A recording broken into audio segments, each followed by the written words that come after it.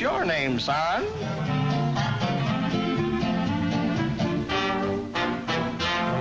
I love to sing about the moon and the June and the spring. I love to sing. Yeah, Babbitt. I want to eat. I love to eat. Well, then, go up and get the bird out of that nest, and we'll eat. What a beautiful hand you have, Miss Heartburn. Warner Brothers was the cartoon studio more than any other that specialized in parodying celebrities.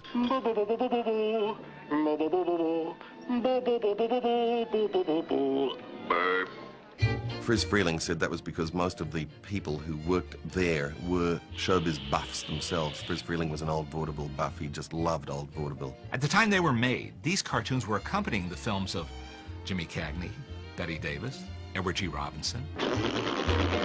They were the curtain raisers for those big Warner Brothers feature films. And that didn't elude the writers and gag men and directors who made the cartoons. Hey, you should take a fellow American to a meal. Of course, they used Humphrey Bogart a lot. He'd pop up in cameos in 8-Ball Bunny. Say, pardon me, but could you help out a fellow American who's down on his luck?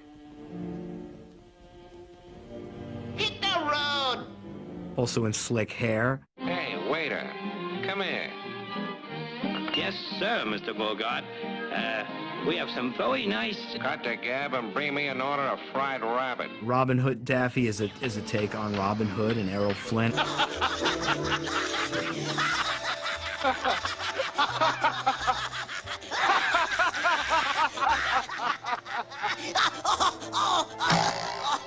Oh, knock it off. As was Rabbit Hood, that Bugs Bunny appears in, and there's a cameo appearance by Errol Flynn in that cartoon. Welcome to Sherwood.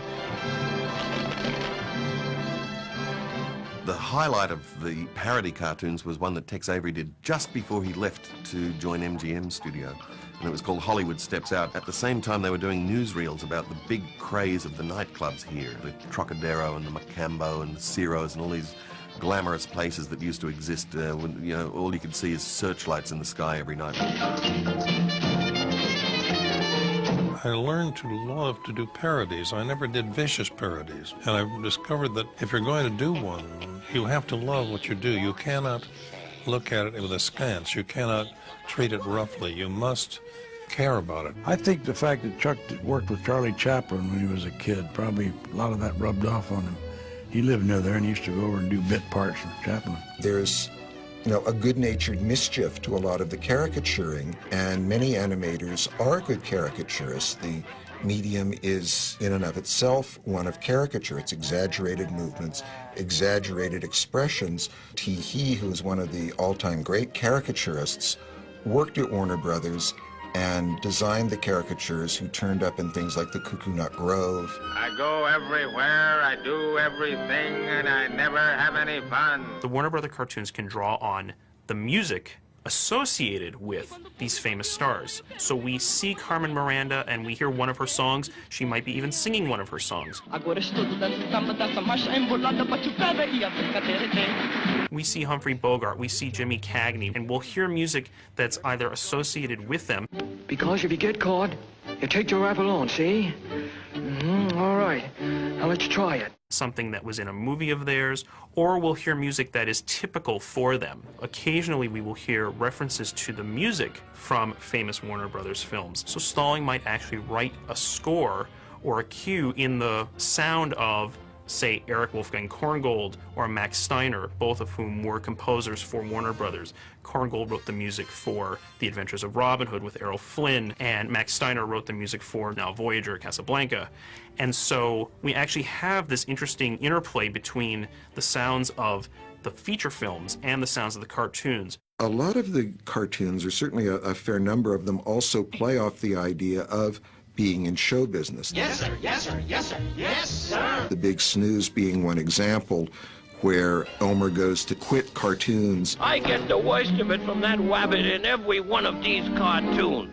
Of course, there's the little matter of my contract with Mr. Warner. And Bugs tells him, think of your career, think of mine. Well, we've been like Rabbit and Costello. They're very much aware they're in cartoons. Daffy Duck in Hollywood is a cartoon of Daffy running around Hollywood studios.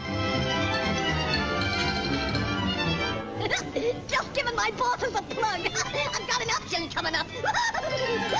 There's What's Up, Doc, where Bugs supposedly gives his show business biography. Who? Disassociated Press? The public has been demanding my life story? How he and Elmer got to be stars in vaudeville and just stumbled across the line, What's Up, Doc? What's up, Doc? Hey, we got something, Doc. Let's do it again. What's up, Doc? One of the earliest examples of that is You Ought to Be in Pictures, where Daffy persuades Porky to tear up his contract. He goes to the live-action Leon Schlesinger and gets his contract. Hello, Porky. Come on in. Hello, Mr. Schlesinger. Hello, Leon. Tears it up, although Leon's given him a fake, and then he stumbles through a bunch of Hollywood settings. Probably Leon loved it because they could use all live action and not have to pay any background painters. And that great scene where Porky's, you can see him in his car, the background's going by really fast. He's going down Van Ness or going down Sunset. You can see gas was 23 cents a gallon, you know, and all that. I love that stuff. I love the fact that the studio guard who lifts up Porky's little car and throws it away, that's Michael Maltese, the writer, dressed as the studio guard. Who do you think you are driving through here like that? Why, I'm Porky Pig. Oh, so you're Porky Pig. But it's Mel Blanc's voice. When they made My Dream Is Yours, feature film in the mid-40s, they went to Friz Freleng to direct a live-action Bugs Bunny sequence with Doris Day and Jack Carson dancing. They're always waking up the stock-a-doodle-doo, but Freddie doesn't bat an eye. Waking up is such a terrible shock. By the time of the 1950s, when television was coming in, and they started doing spoofs of things like The Honeymooners, which was called The Honey Mousers. Hey, Alice! Alice! Come here, baby, and see what your ever-loving husband and provider has brought you. Are you kidding, Ralph? A hunk of old stale cheese. The Ducksters, which was a parody of TV and radio quiz shows. This program brought to you by the Eagle Hand Laundry. Does your eagle have dirty mitts?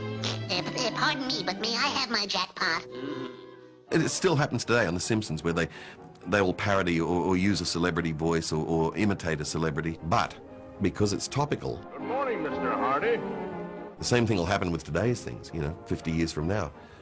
People say, what was that all about? If you're not a movie buff, it causes some curiosity looking back saying, well, who is that character supposed to be? Cucaracha, cucaracha! Cucaracha, cucaracha! What's that about? They didn't think then that the cartoons would ever have a shelf life beyond maybe 2 showings. You know, they didn't know that years from then video would be invented and television would start showing them into perpetuity. There wasn't even a concern that maybe this joke will date. It was just, let's do it. It'll get a laugh. It's important to never forget that these films were shown alongside feature films, usually Warner Bros. Feature films, as part of an evening's entertainment at the movies. That's how these were shown and seen by huge numbers of people for 30 years. At last, Oscar. Oh, Oscar, I'll keep you and cherish you. I'll even take you to bed with me every night. Do you mean it?